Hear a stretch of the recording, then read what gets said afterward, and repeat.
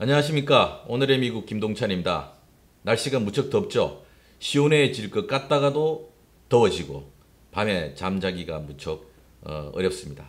이 뉴욕을 중심으로 한 이쪽 지역들은 더위로 고생을 하고 있는데, 또 저쪽 이 유럽 쪽에는 이 폭우로 진짜 몇백 년 만에 처음으로 일어나는 폭우다.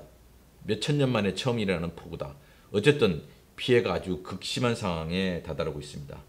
이게 자연적인 문제인지, 안 그러면 인간이 초래한 문제인지 여러 열띤 논쟁이 있지만, 그러나 어쨌든 우리가 이 문제를 해결하기 위해서 노력을 해야 할 것입니다. 자, 오늘은 지금 의회에 많은 법안들이 올라가 있습니다. 특히 그 중에 우리 미주 한인들이 반드시 통과를 시켜야 될 그런 법안들도 있습니다. 그런 부분에 대해서 한번 이야기해 보도록 하겠습니다. 국가는 그 주인이 누구인가에 따라서 계속 변천해 왔고, 그것을 기록한 것이 역사가 되었습니다.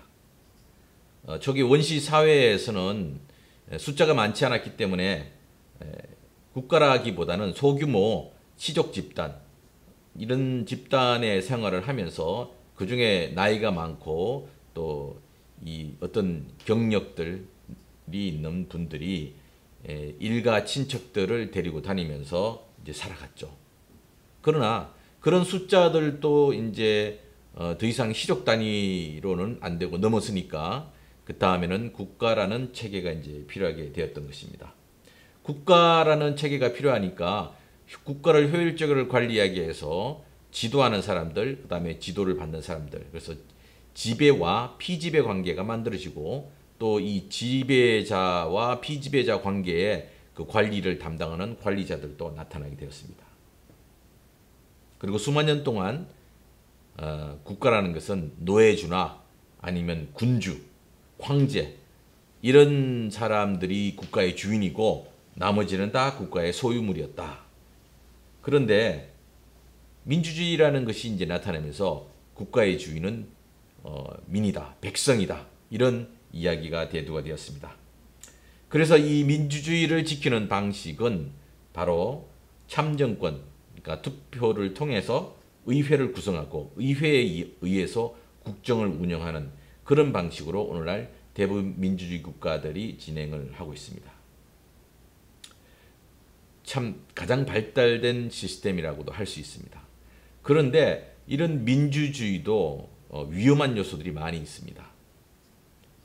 이제 미국 민주주의를 구체화시킨 미국 민주주의 대부인 벤자민 프랭클린, 이분이 이런 말을 했습니다. 민주주의가 늑대 2마리와 토끼 1마리가 오늘 저녁 식사를 무엇으로 할 것인가를 놓고 투표하는 그런 다수결주의가 된다 그러면 대단히 위험하다 라고 이야기를 했는데, 아니나 다를까 바로 그런 방식으로 아돌프 히틀러라는 독재자가 바로 민주주의적 방식에 의해서 탄생을 했습니다. 그래서 민주주의는 때로는 독재자들에 의해서 선동되면서 자아주의 우지되는 경우가 많았고, 또 특정 그룹들이 나타나서 자기들의 이익을 위해서 다수결 원칙을 하면서 국가가 파시스트화하는 그런 경우를 했습니다. 바로 2차 대전 독재자와 파시스트들이 나타나면서 이 전 세계를 참화로 이끌었고, 또한 그들을 선택했던 국가들은 거의 패망을 했죠. 자, 이런 일들이 일어나지 않기 위해서는 시민들, 유권자들이 똑똑해야 됩니다. 이분들이 깨어 있어서 저들은 할 수 없는 것을 할 수 있다고 선동하는 선동꾼이다. 저 그룹들은 자신들의 이익을 위해서 국민들 전체의 이익을 짓밟고 일어설 그런 파시스트 그룹이 될 것이다. 이런 판단들을 하고 한 표 한 표를 소중하게 행사하는 그런 똑똑한 국민이 있다 그러면 오늘날 민주주의는 잘 지켜질 것입니다. 그렇기 때문에 민주주의 국가의 국민들은 대단히 피곤합니다. 왜냐? 두 눈을 부릅뜨고 정치를 잘하고 있는지 아닌지를 늘 지켜봐야 되고, 또 본인들이 아이디어를 내서 그런 것들을 정책으로 만들고 그 정책들이 정치인들에게 반영이 되게끔 또 시민 참여 활동들을 해야 하고 그렇게 해서 만들어지면 정치인들이 꼭 그 법안을 만들 수 있도록 후속 행동들을 계속해야 됩니다. 그래서 민주주의 국가에서는 시민 참여 운동이 대단히 중요합니다. 특히 이제 우리와 같은 소수계는 앞에도 말씀드렸다시피 늑대 2마리가 토끼 1마리와 함께 오늘 저녁 식사를 뭘 할 것인가 투표를 하는 그런 소수계의 처지에 있습니다. 그렇기 때문에 우리는 우리 스스로의 권익을 지키기 위해서 참정권에 대해서 그 누구보다 더 큰 관심을 가지고 행사를 해야 되고 또 늘 우리들을 지키기 위한 법안이 어떤 것이 있는가를 고민하고 그 법안을 만들고 정치인들을 찾아가서 그 법안이 상정되게 하고 상정된 법안을 통과시키기 위해서 노력을 해야 될 것입니다. 그러지 않으면 소수계가 이런 거대한 다수로부터 스스로를 보호하는 데 상당히 어려운 점이 많이 있습니다. 자, 이번 2021년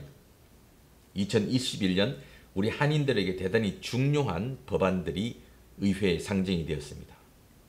이 의회에 상정하기까지가 대단히 어려운데 너무나도 감사하게 여러 한인 단체들과 기관들이 이런 법안들이 상정될 수 있게끔 노력을 했습니다. 그래서 정치인들이 법안을 상정을 했는데 우리는 그런 활동은 못했지만 이런 상정된 법안들이 반드시 통과되어서 우리의 권익을 신장시키고 우리의 이 생존권이 더욱더 미국 사회에서 인정받을 수 있게끔 노력을 해야 됩니다. 바로 그것이 우리의 시민 참여 활동이라고 생각할 수 있습니다. 자, 볼까요? 어떤 법안들이 상정되었을까요? 우리 한인 커뮤니티, 이민자 커뮤니티입니다.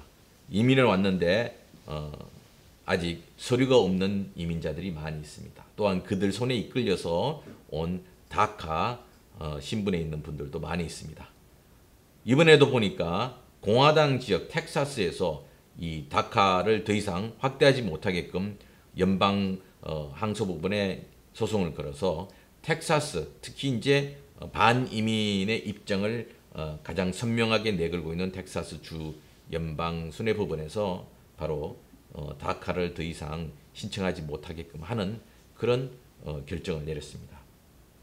바로 이렇듯이 이민 개혁안이 진행되지 않으면 텍사스에서 일어난 결과로 인해서 전국에 있는 이민자들이 피해를 보는 일들이 발생을 하고 있습니다.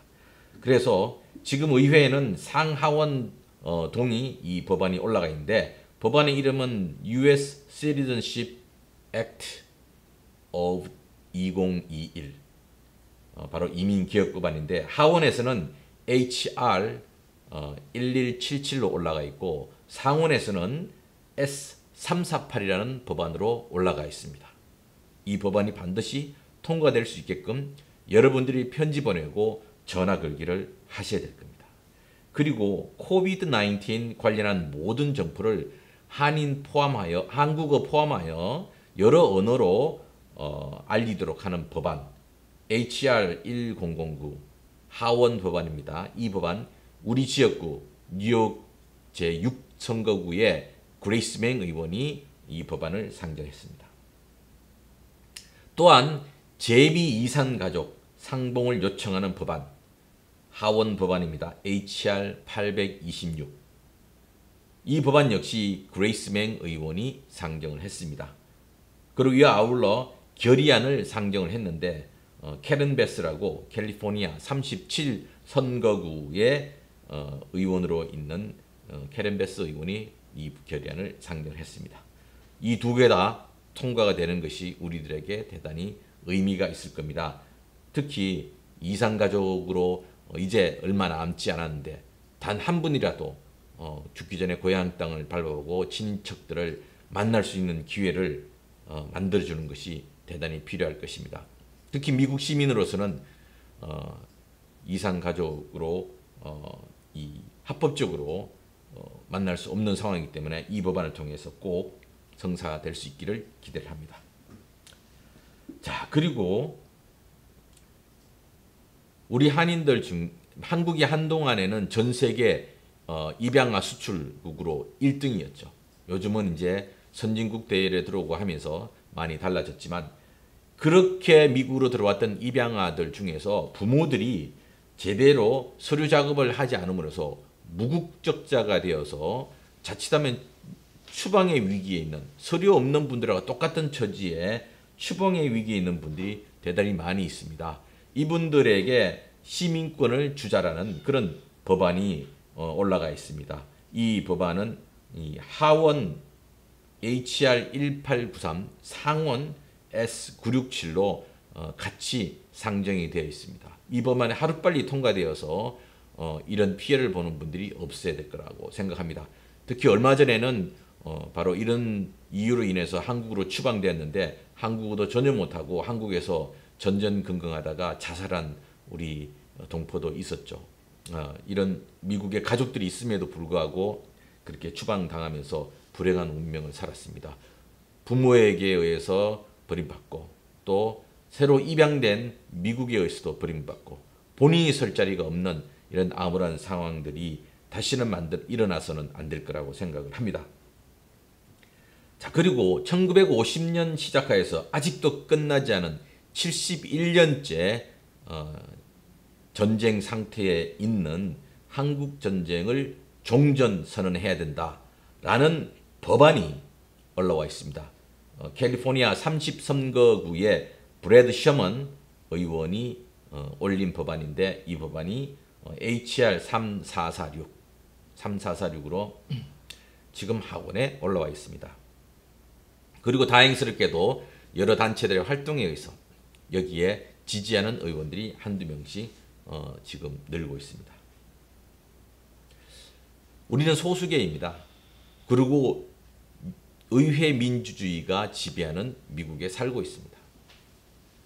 우리의 권익을 신장하는 방식, 바로 시민 참여 활동 방식은 첫째, 아젠다를 무엇으로 설정할 것인가.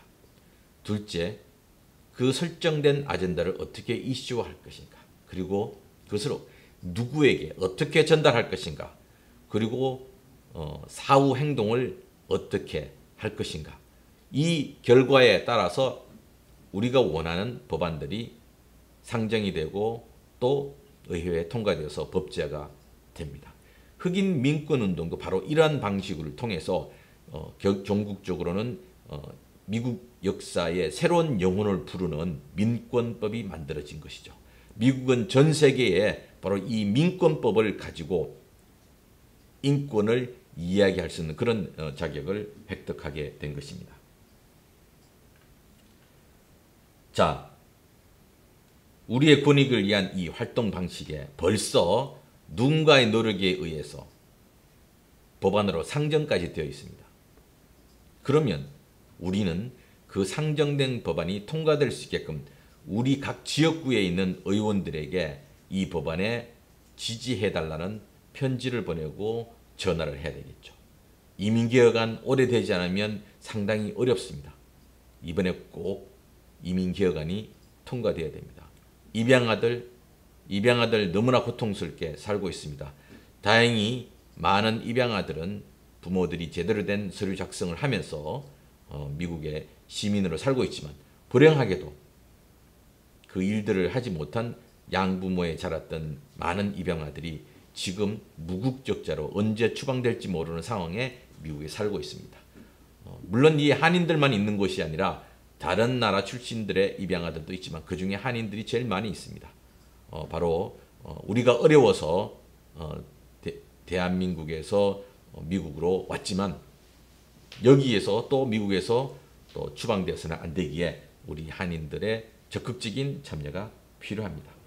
그리고 그레이스 맹이 또 상정한 이산가족 상봉 법안 이 꼭 통과가 돼야 됩니다. 그래서 하루빨리 죽기 전에 고향 땅을 밟아보고 친인척들을 만날 수 있게끔 하는 그런 법안이 돼야 되고 또 코로나로 대단히 어렵고 매일 쏟아져 나오는 코로나에 관련된 정부의 정보들이 다 영어로 되어 있다 보니까 영어에 익숙하지 못한 사회 이민자들이나 노인들이 대단히 어렵습니다. 이분들이 바로바로 이런 코로나에 관련된 정보들을 우리말과 또 여러 언어로 이해할 수 있게끔 이 법안이 통과되게끔 해야 될 것입니다. 그리고 71년째 끝나지 않은 전쟁, 역사상 가장 유례가 없는 긴 전쟁을 종식시키는 한반도 전쟁 종전 선언을 위한 법안, 브래드 셔먼 의원이 상정한 법안입니다. 이 법안이 이번에 통과되어서 한반도에 평화가 오고 남북이 서로 왕래할 수 있는, 그래서 더 이상 한반도에서 전쟁의 위협이 사라지게끔 하는 그런 법안이 통과될 수 있도록 미국에 살고 있는 200만 우리 동포들이 선봉에 서서 이런 이 시민 참여 활동을 해주길 부탁드립니다. 올해 꼭 통과해야 될 이 법안, 미국의 시민으로 살면서 미국의 소수계로 살면서 어떻게 해야지 이 법안이 통과될지 주위 분들하고 함께 고민하고, 또 어떻게 이 활동에 참여할 것인지 여러 단체들도 있지만 저희 시민참여센터 웹사이트 www.kace.org에 오시면 어떻게 할지 그 내용들이 들어있습니다. 방문해서 한 사람 한 사람의 소중한 의견들이 의회에 전달해서 이 법안을 통과시킬 수 있는 그런 117회기가 될 수 있게끔 여러분의 참여를 부탁드리겠습니다. 지금까지 오늘의 미국 김동찬이었습니다.